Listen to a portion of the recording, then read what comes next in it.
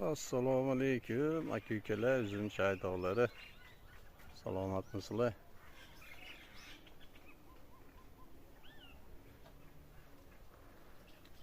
Yana bir gibrid uzum haqida ma'lumot bermoqchi edim.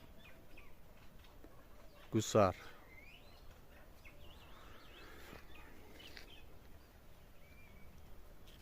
Ko'bir 5 BBga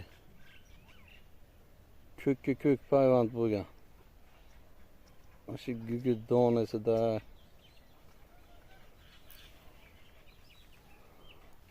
mana ko'bir xohlasa novdalari pishdi.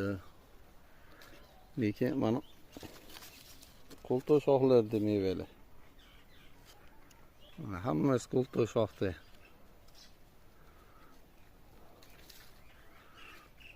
Erta pishar, o'ta erta pishar.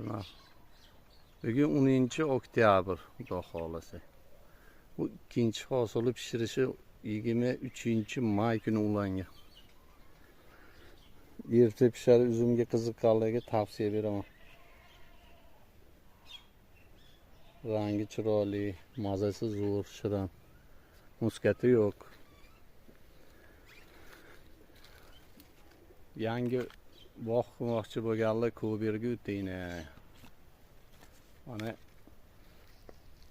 1 yillik Ko'birga payvand qilingan, nishoni hosil. Keyingi yilga xudo xohlasa to'liq hosilga yotadi. Kaltas urish ham 6 metrga ketgan.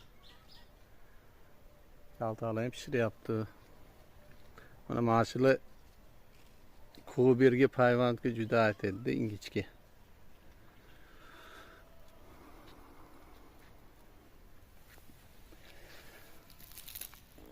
Parg'ama qilib payvand qilingan ko'chatlar ham bor. Kimga kerak bo'lsa, aloqaga chiqaverasizlar.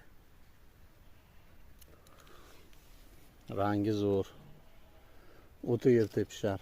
1 yilda 2 marta hosilini olsa ham bo'laveradi.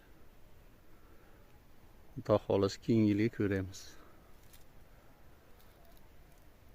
Endi bu nishoni hosilga ham yomon emas. Salomat bo'linglar.